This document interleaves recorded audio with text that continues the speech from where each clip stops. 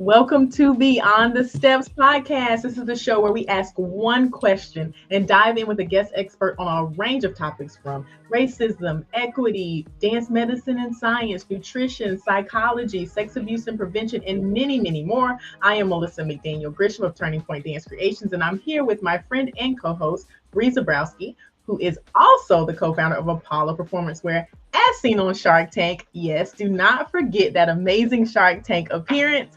And we are here with Dr. Nasira Cooley today to talk about nutrition and its connection to injury recovery.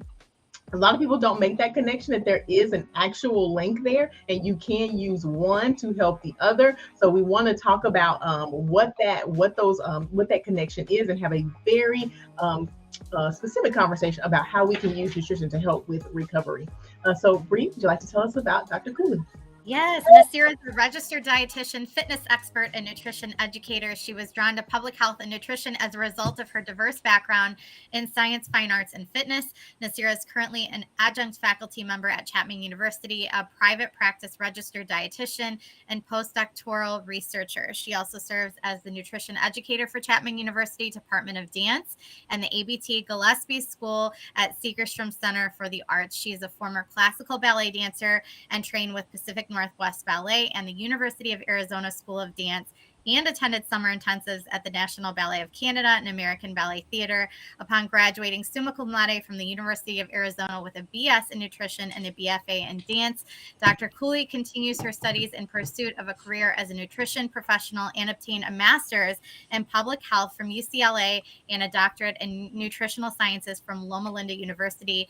Nasira has been an NASM certified personal trainer since 2008. As a certified yoga instructor, her experience in the fitness industry has deepened her knowledge of biomechanics and kinesiology, which has improved her dance technique and understanding of the role of nutrition in dance performance. Whew! If that ain't qualified, I don't know what is. people. I feel like I need to go do something with myself. Dr. Cooley, welcome back. Thank you so much for being here and joining us again. We're so thrilled. Thank you for having me. Yeah, you always have very great insight to share with us. But so I want to talk about healing from an injury and recovery are two very different things, right? And I think they get lumped together a lot. Can you talk a little bit about the separation and distinguish between the two?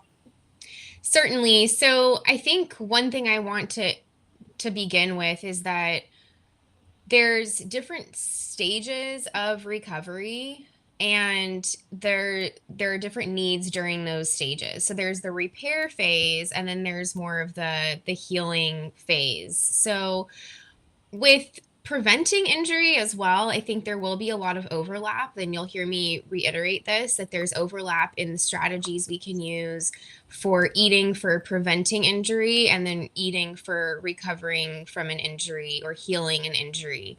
But the immediate needs following an injury are also different from the long-term needs. And then there's, of course, the differences between like an acute versus a chronic injury, where we have specific needs following an acute injury versus preventing or treating or managing some kind of chronic injury. Mm-hmm. Got it. Thank you. I think that's important to separate the two for the people watching. So that's great. Right. So Dr. Cooley, we're going to go between Nasira and Dr. Cooley throughout the episode. I feel like fine. One thing. So what role does nutrition? No way. What role does nutrition play in the healing and injury recovery process for young performance athletes? How do they even fit together? Because I'm sure some people are like, what I eat has something to do with how I actually recover from injury. So how are they connected? We forget oftentimes that our body uses nutrients as the tools to perform its normal functions, and healing is a function that our body performs. So first priority is to make sure you're getting adequate calories and protein. Okay. It's the obvious, right? But as dancers, we always overlook that. And dancers tend to undereat in general. And if you're undereating in general, you first of all, don't have enough energy for your body to synthesize these various constituents in your tissues to heal. but you also are depriving it of the energy it needs to execute movement. And then there's this battle in your body going on between, okay, we only have this small amount of energy. Are we going to use it to dance for 8 hours today? Or are we going to use it to build these tissues and maintain the integrity of these tissues that we need? So that's the preventive factor here. That's why you are more injury who are nutritionally compromised. Yeah. And are. So first priority is just making sure you're getting enough food in general to help provide you with the energy yielding macronutrients. And then usually if dancers are eating enough in general, they're getting enough vitamins and minerals and getting enough of the specific vitamins and minerals that we need for injury repair as well. So it is all connected, absolutely. But I think that's the big picture concept that dancers need to hear, is that eating enough isn't just about having enough energy to dance. It's about preventing injury and then helping you recover from injury as well. And we actually need more energy and protein when we're injured than when we're not. Wow. And that's counterintuitive as well. Yeah. And I think we're going to talk about debunking some injury related myths later, but that's one I'm going to hit on, because even as a young dancer, I know I was very misinformed about what was appropriate when I was injured or taking time off. Can you just briefly, we're talking about specifically young performance athletes, because that's who we deal with. But anyway, just good sources of protein, like a quick list of what those are for especially for kids. Absolutely. I think we're all aware that meat and poultry are good options. Those are complete proteins indeed.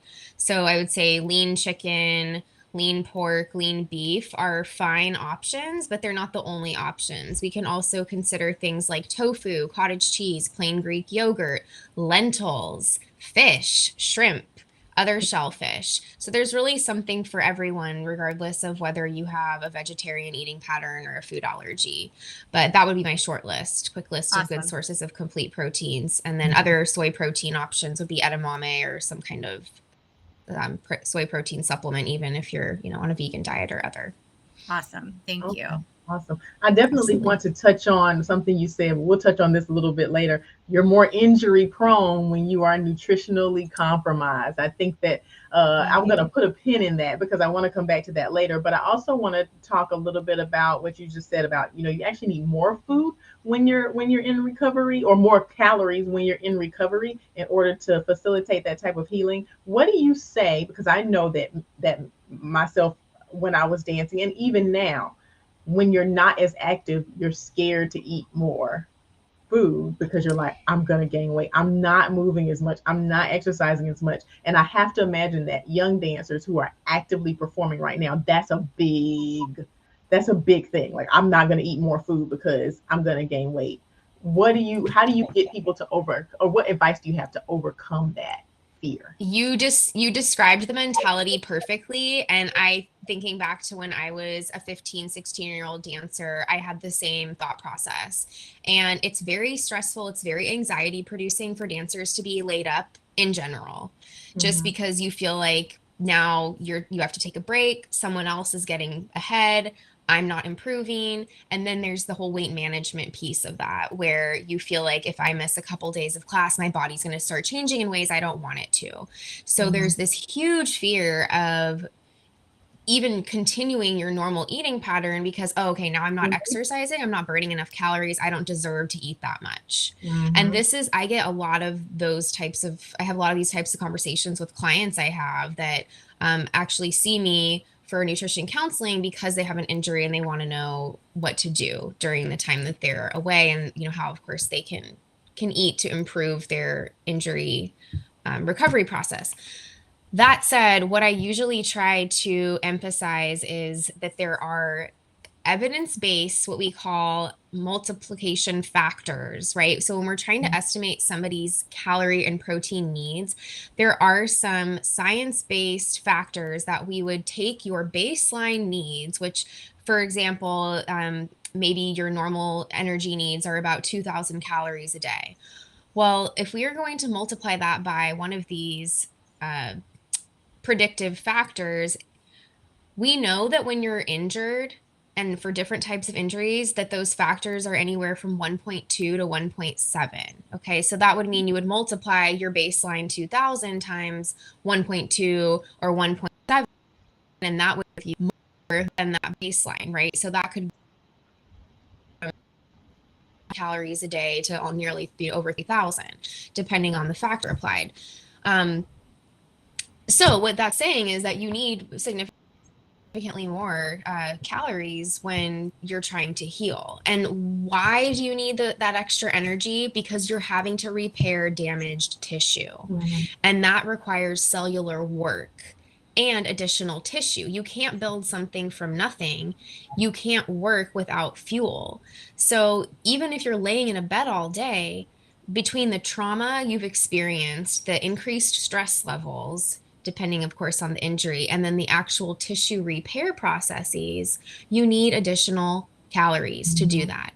And the building blocks of most of these tissues, like tendons, even bone to some extent, ligaments, and then muscle tissue, the building block are amino acids, and those come from protein-rich foods. So that's why there's an emphasis on protein, but that's not all you need. It's not okay to just say, oh, I'm getting extra protein. Yeah.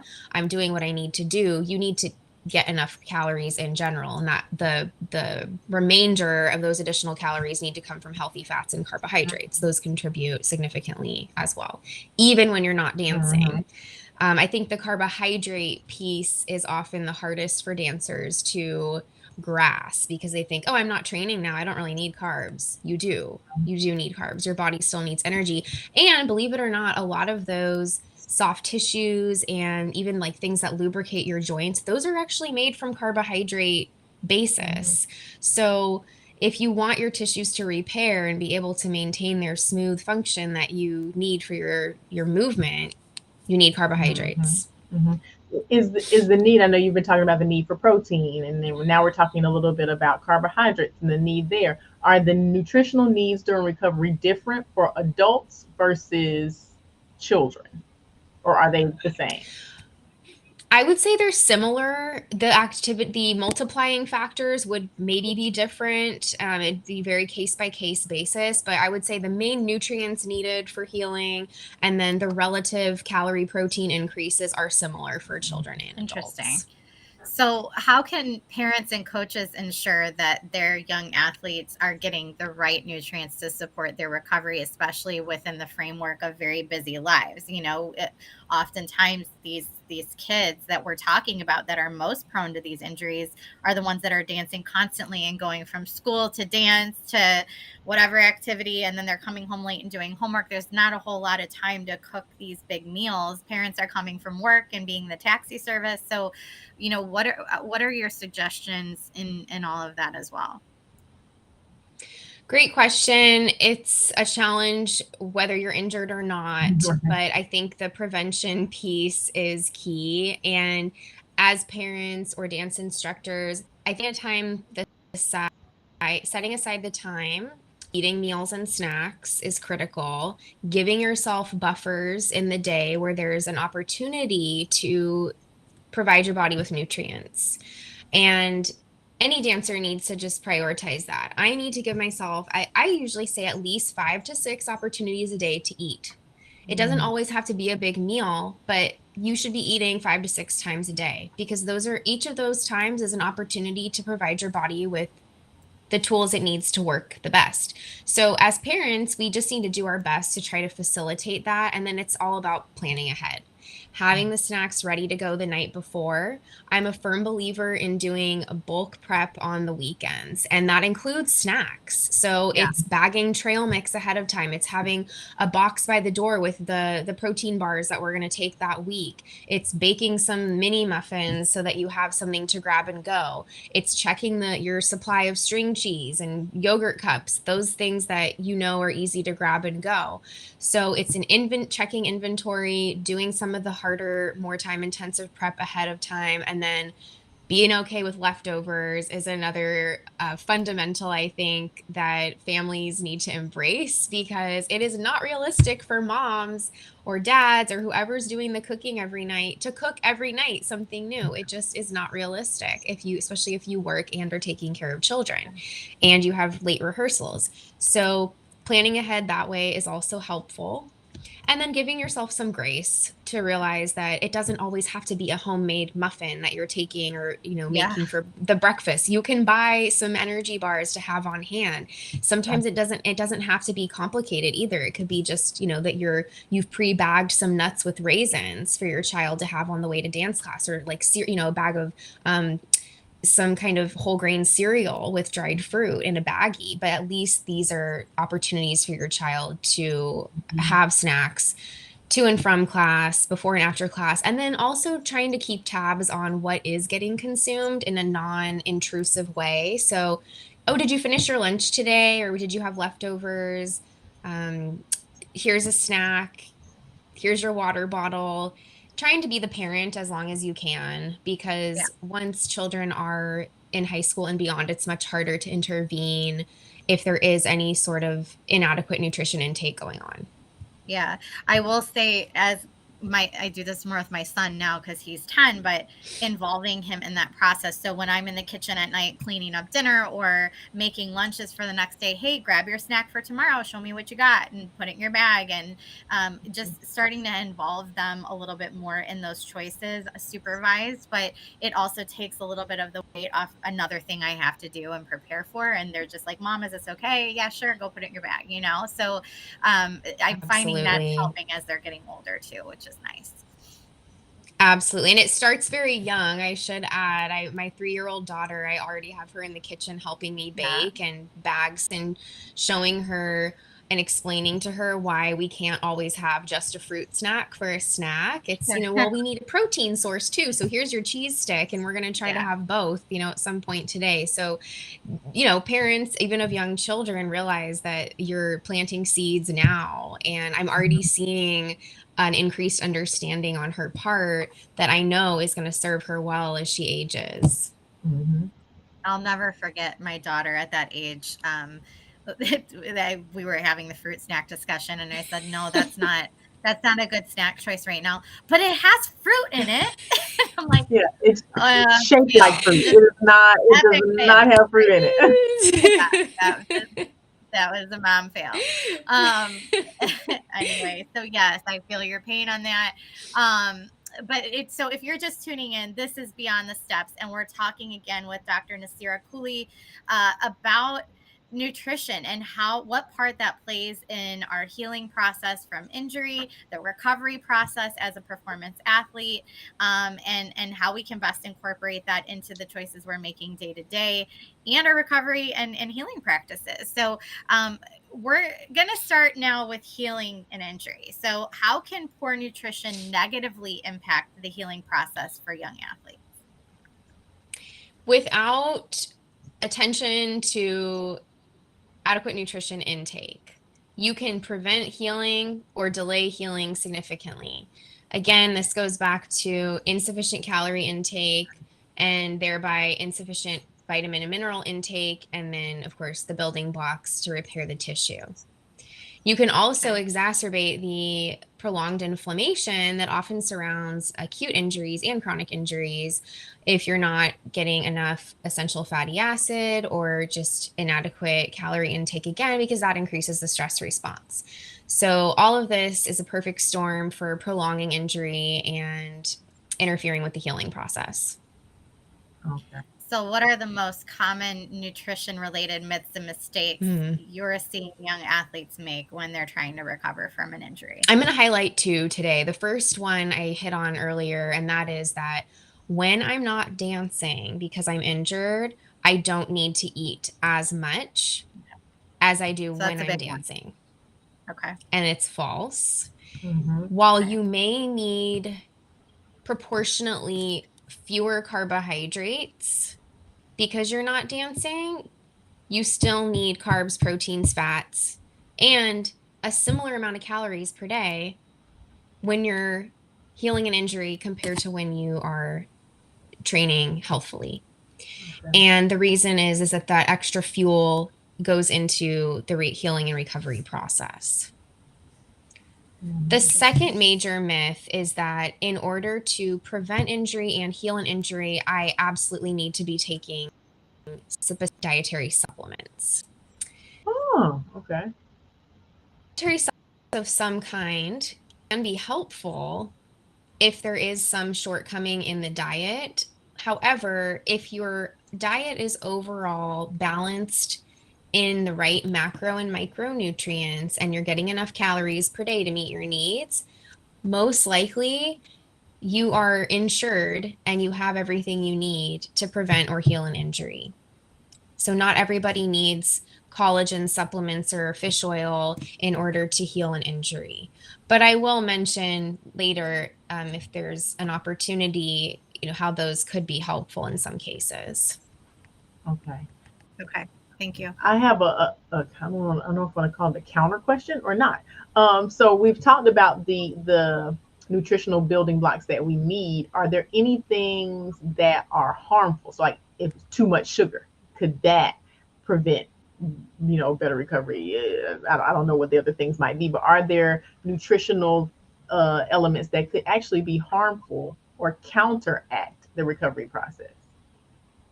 Great question. I think anything that doesn't promote healing is displacing an opportunity for nutritious foods that would promote healing. Okay. So in that sense, yes, if you're filling up on soda and candy, that doesn't leave as much room for these more nutrient dense foods. So that's one issue.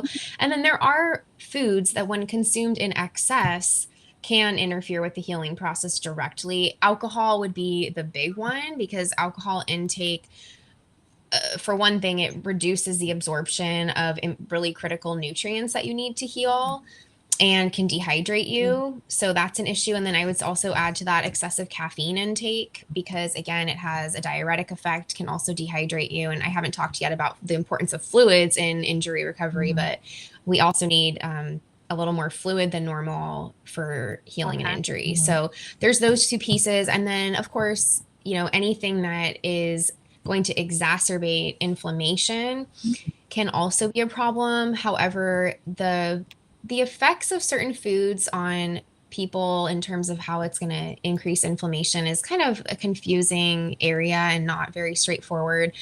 I will say there are foods that have an anti-inflammatory effect, but there's not, like this list of foods that, despite what you might read on the internet, there really aren't these like foods that like these make you have more chronic inflammation and these make you have less chronic. It's much more complicated than that, and not something we can really delve into too much today. But is it very dependent on the person, or is that why, or is it just dependent more on the issue that you're dealing with?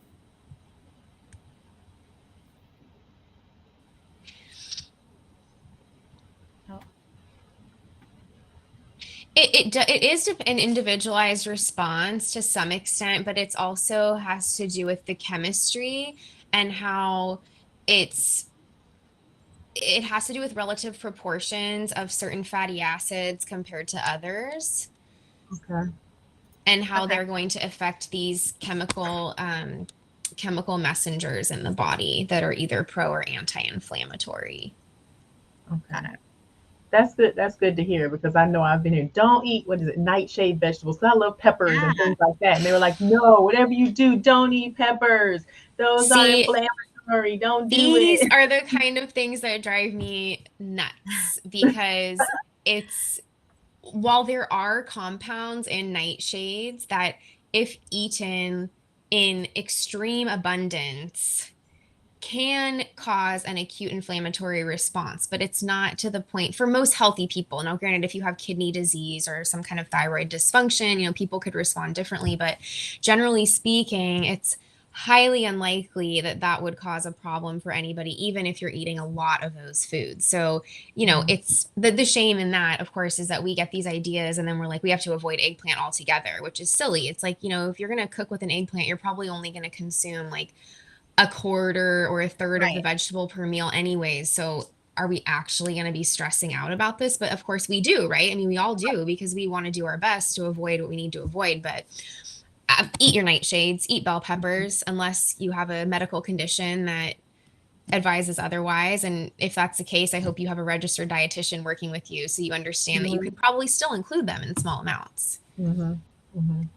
Yeah, that's the thing. It's like there's all these things now that you think you're doing something good, and then somebody is like, "That's not good for you." Yeah, don't do that. That's horrible. So you don't know what to do sometimes. Right. Yeah. Don't listen to the internet. It's confusing. Yeah, there you go. That's amen.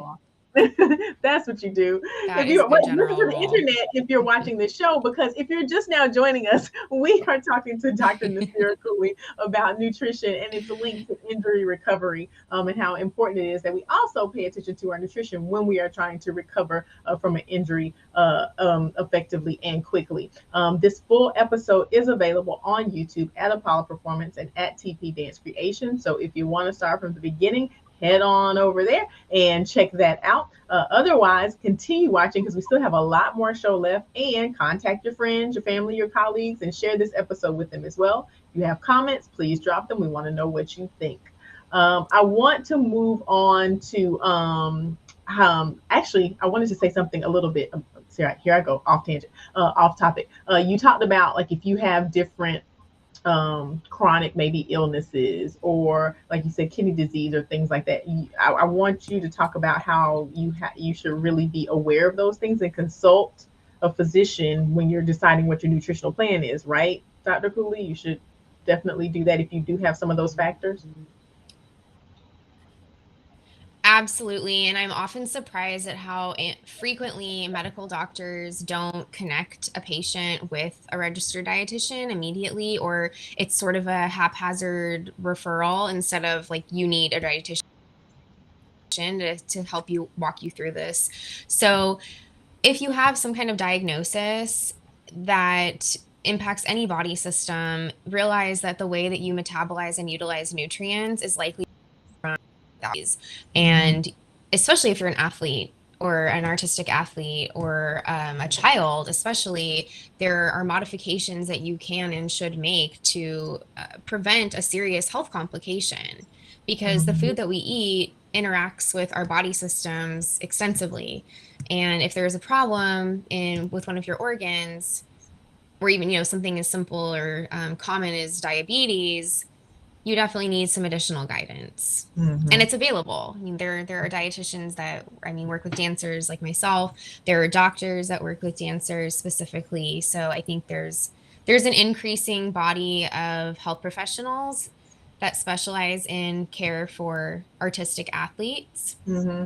Seek one out and use their services, because they're here to help. So you alluded to this a little bit earlier about some of the best proteins that are out there, but if someone's watching now, or someone's parent or someone's teaching, like, I have an injured dancer or an injured performance athlete or injured athlete, period, what are the best sources of protein that I can go to now quickly and grab? What would you recommend? Well, I will emphasize that the protein needs are increased post-injury, and they may be as high as 2 to 2.5 grams per kilogram of body weight, which typically for an athlete, that range is 1.2 to 1.7 grams per kilogram per day. And please note, this is per kilogram, not per pound. And there's approximately 2 pounds per kilogram. That's the conversion. So make sure you do that conversion before you use these multiplying factors. But that's a very high protein intake. And it's very doable to meet the regular needs for an athlete of 1.2 to 2. But when we get up into 2 to 2.5 grams per kilo, it can be challenging. And I don't typically say that protein supplementation is needed for an athlete, but I think during this recovery phase, it can certainly help. Whey protein, casein protein, and soy protein seem to be the best sources, especially with supplements that are most effective in protein synthesis. And this especially applies when they are consumed throughout the day rather than all at once during one big meal. and really as little as 20 to 40 grams per eating occasion are sufficient to stimulate that muscle and soft tissue synthesis process. So that's manageable. That would be the equivalent of a chicken breast or one scoop of protein powder.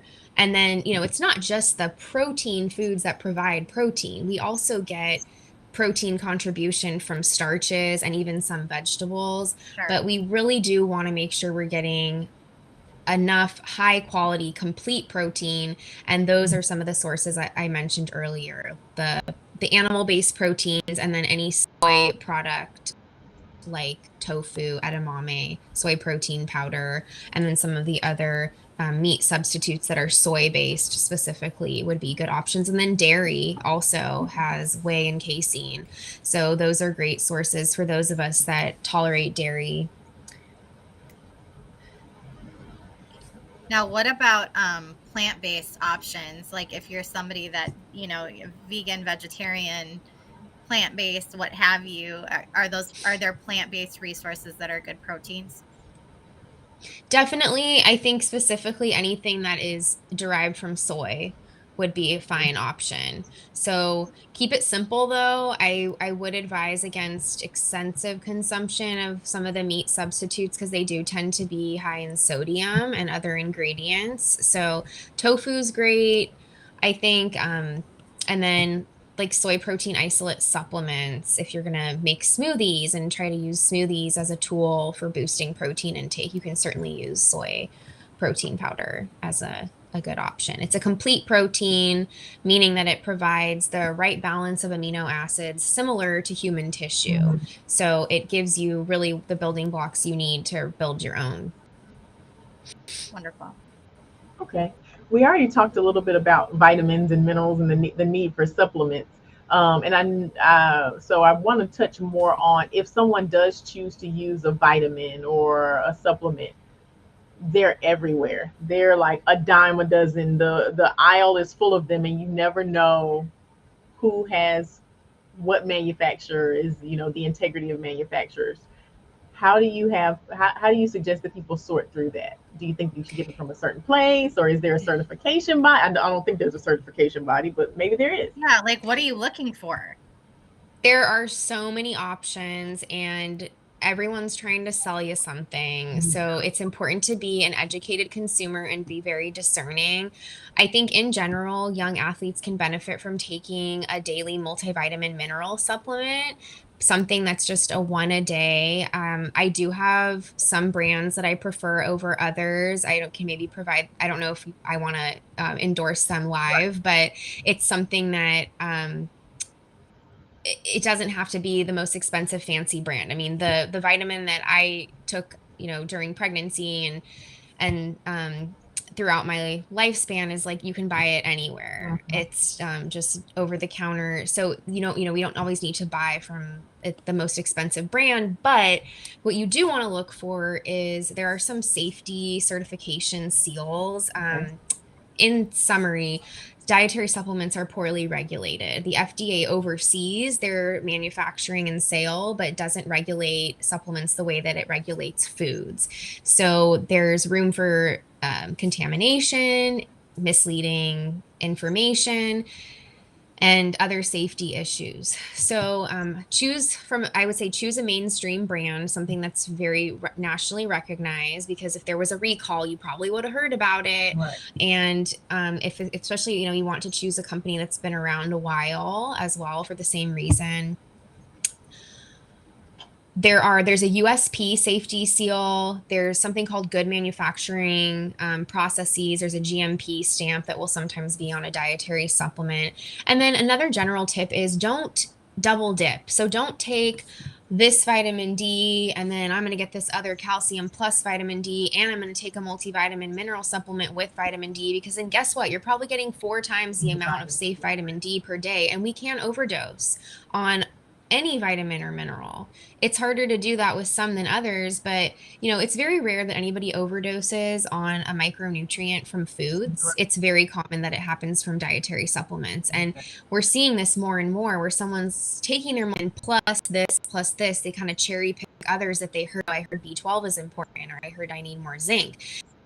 Well, these nutrients, not only can you overdose on them independently, but they interact with one another. So sometimes if you overconsume one, you're going to interfere with the absorption of another and give yourself some weird anemia or other health problem because you overcompensated in some way. Wow.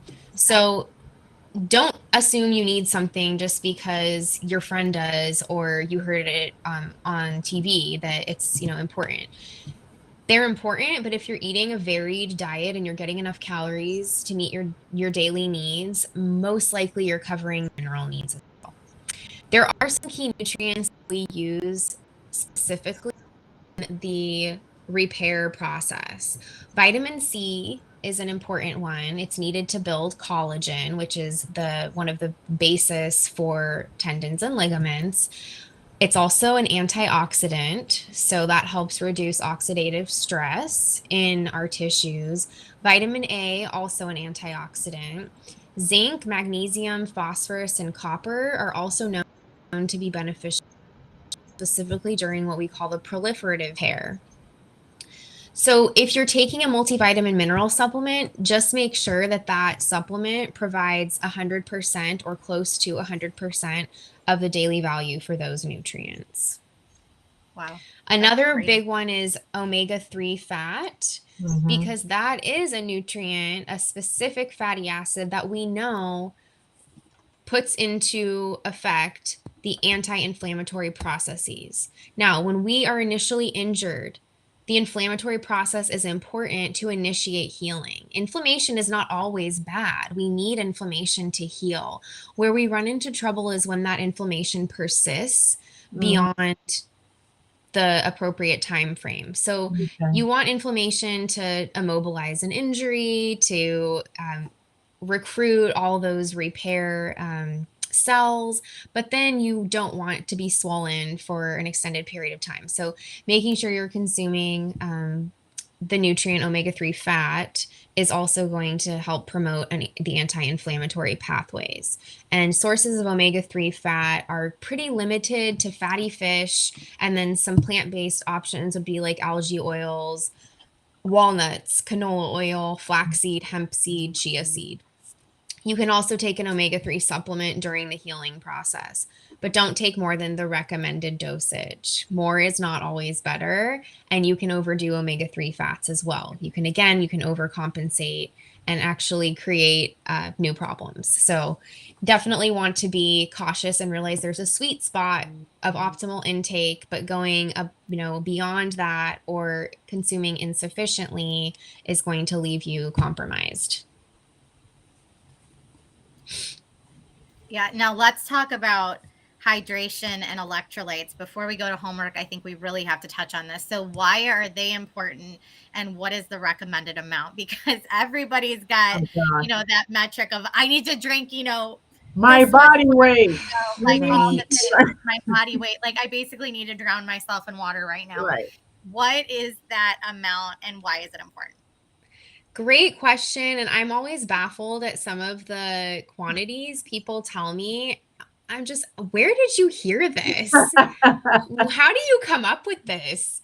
So, I mean, typically it's an athlete or a healthy athlete that's not injured needs anywhere from 8.5 to about 14 cups per day. So that's like 2.5 or 2 liters or so, to 2 to 3 liters. Okay. When you're injured, you might need a little bit more, but it's only like half a liter more beyond what your norm is. So that might be like an extra 1.5 cups or so per day. And it depends on your body size. So these are, if you have more mass, you have more blood, you have more tissue, you need more water to sustain those tissues and that fluid volume. And you need that extra fluid to help lubricate the joints and just provide a medium, for chemical reactions to happen and keep all of these, everything moving, keep your blood pressure normal, etc. So I also need to emphasize this. We're not just talking about plain water. We're talking total fat comes from food and other beverages. So if you have a cup of tea, you have some juice, if you have a cup of milk, even if you have are contributing fluid to your total intake. Then you add to that a diet that has fruits and vegetables, you could be consuming significantly more than you realize. And you can achieve water intoxication by drinking too much plain water too fast. And that can be fatal. It can cause hospitalization. You have to kind of try to do it. I mean, when I say try, I mean really like chug liters of water on an empty stomach after you sweat a lot. It's typically how it could be a fatal situation. But even if it's not fatal, you can deplete your body's electrolytes to the point that your cell, your muscle cell functioning is poor and you're not, performing optimally. So you don't want to dilute your electrolytes by over consuming water. So again, those quantities are approximately about 2 to 4 liters cups, and that's for dancers ages 9 to 13. If you're older, so like in the 14 to 18-year-old range, you might need more like 3.3 liters per day, to up to 3.7 liters per day, and that high end there is like 15 cups. And then adults need even a little bit more than that in some cases, but usually it's around the same, kind of that 14 to 15 cups per day. So that said, it's, if some of that's plain water, but the rest is other fluids, it's pretty achievable. So if you're doing like your typical 8 cups of plain water per day, and then you have tea with breakfast, juice at lunch, milk at dinner, and then you're eating foods with fluids, you're probably achieving that. Okay. Yeah. Well, that makes me feel a little better. Right. If you're just watching, tuning in, this is Beyond the Steps. I'm Bree here with Melissa McDaniel Grisham. We're here every Friday talking about topics that are affecting performance athletes. Today, we're talking with Dr. Nasira Cooley about the role of nutrition in recovery and healing from injuries. This has been a fantastic episode. So many pieces, valuable nuggets of information that we've gotten from her, as always. So I encourage you to go back to the beginning and listen to the whole episode in its entirety. Like, share, subscribe. We want to push this education out to our entire community, and we need your help to do that. So please do share this, and again, go back and watch because it's a good one. We're going to go to homework because we like to give homework on this show. We like for you to be able to measure your progress. So Melissa, let's go to homework. So you've watched the show before, you know that we ask our expert guests to give one thing, one action that they want our viewers and now listeners of the podcast to take between now and next week to make progress in this area. So Dr. Cooley, what is the one piece of homework that you want to give our listeners? My homework for you, and this would apply to dancers who are non-injured as well as injured, because if you're non-injured, this homework will help you prevent injury. If you are injured, it should help you heal. And my task for you is this: treat your body well by giving it the building blocks it needs to function at its best and not get injured, or to heal your injury. So I challenge you to, if you aren't injured, take a mental check on how you ate during the week this past week, and ask yourself if you truly felt like it was sufficient to meet your needs. You can ask yourself things like, was I tired halfway through class? Do I have pain that I'm ignoring? Did I have headaches? Was I able to think clearly in class? And see if you can, make a justification based on that. And then if you are injured, I think, you have some numbers now you can use to calculate your needs. Do that and make sure that you are applying that. And I think, in general, again, I mentioned this earlier, dancers should probably be having 5 to 6 eating occasions a day. So make that a priority too. Give that a try. If you find that kind of eating pattern doesn't work for you, go back to the way you were doing it before, but give that a try and see if you can improve the way that you feel and perform. And maybe you'll also find that you're injured less frequently or that you recover faster than was expected. Awesome. That's great Beautiful. advice. Great advice. Super easy to take some inventory there. So we hope that you all complete that homework assignment. We have another homework assignment for you to take the STEPS initiative. It is a free course. 5 modules that are in that course that give you free education on a number of different topics, including racism and equity, sex abuse and prevention, nutrition. So there are so many, in dance medicine and science, and all of those wonderful things that we all need to know more about in order to keep our spaces happy, healthier, and safe. So please, Bree's gonna pop that up on the screen. Go and take that. It is absolutely free. Dr. Cooley, I know that you probably consult with people in studios and dancers and work with them regularly. How can people get in touch with you? Please check out my website, healthonpoint.com. I can also be reached via email at nasiracooley@gmail.com. The handle for my Instagram, healthonpoint, available on the screen as well. And anyone as an individual client, I can also present workshops at dance schools and for groups. Fantastic. And this is part of those the resources we're telling everybody every week to build out your community resources, figure out who you're going to connect with, up the dance medicine and science professionals, health professionals, PTs, chiropractors, massage therapists. It goes on, and nutritionists, dietitians, all the things, so that you have something to present to your studio families, and also so you don't have to try and wear all those hats. That's not what we're supposed to do. We're supposed to teach dance and facilitate healthy dance education, and the rest let's leave to the professionals like Dr. Cooley. So please reach out, utilize her and the other professionals in your area. This has been another phenomenal episode. Thank you again, Dr. Nasira Cooley, for being back here, for all of the information that you've shared with us today. We hope you've learned something right along with us. We are turning Beyond the Steps into a podcast. This summer, you're going to be able to catch seasons 1 through 3 on a podcast. So we're going to give you a chance to catch up before we start season 4 in the fall. We hope you take a listen and stay tuned for more information on that. In the meantime, this episode and all of our episodes can be found on Facebook, Instagram, and YouTube at Apollo Performance and TP Dance Creations. So look us up and check us out there. You have your homework from Dr. Cooley. And until next week, we hope you continue your journey beyond the steps. Everybody have a wonderful weekend.